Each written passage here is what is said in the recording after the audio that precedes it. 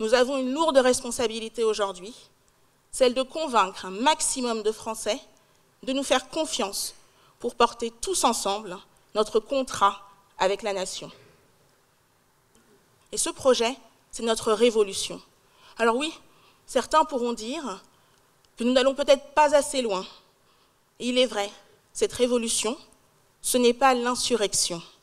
Ce n'est pas mettre tout le monde dans la rue. Ce n'est pas bloquer notre pays. Non, cette révolution, c'est bouger les lignes. C'est changer de logiciel de pensée.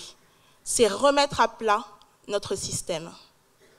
Parce qu'être le candidat du travail, ce n'est pas être le candidat des salariés ou des employeurs. On doit permettre aux salariés de vivre dignement de leur travail, en réduisant notamment l'écart entre le salaire brut et le salaire net. Mais il faut aussi considérer les employeurs, sur qui repose en réalité la baisse du chômage. Ils ont besoin de davantage de souplesse, de lisibilité dans leur rapport avec les salariés. Et puis être candidat du travail, c'est considérer que dans une vingtaine d'années, un travailleur sur deux sera un indépendant. C'est l'évolution du système. Alors que fait-on? On le subit? Ou est-ce qu'on accorde des protections à chacun de ces indépendants, de ces personnes indépendantes?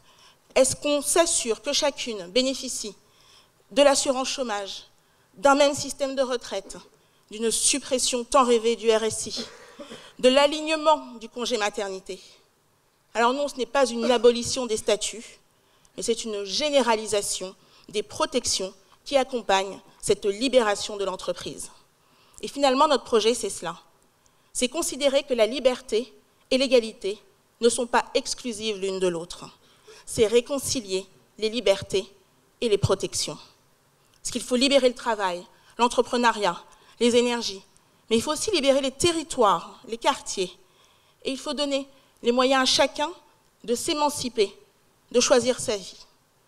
Mais parce que la France doit être une chance pour tous, nous devons maintenir un socle de protection, cette solidarité qui est au cœur de nos valeurs, donner plus à ceux qui ont moins, augmenter le pouvoir d'achat, supprimer les impôts injustes tels que la taxe d'habitation, organiser la prise en charge par l'État des soins en matière dentaire, d'optique, de dentition. Notre vision pour la France, ce n'est pas un cadeau du Père Noël, ce n'est pas non plus la venue du Père Fouettard. Notre vision, et je reprends les mots d'un animateur, c'est celle d'un trapéziste.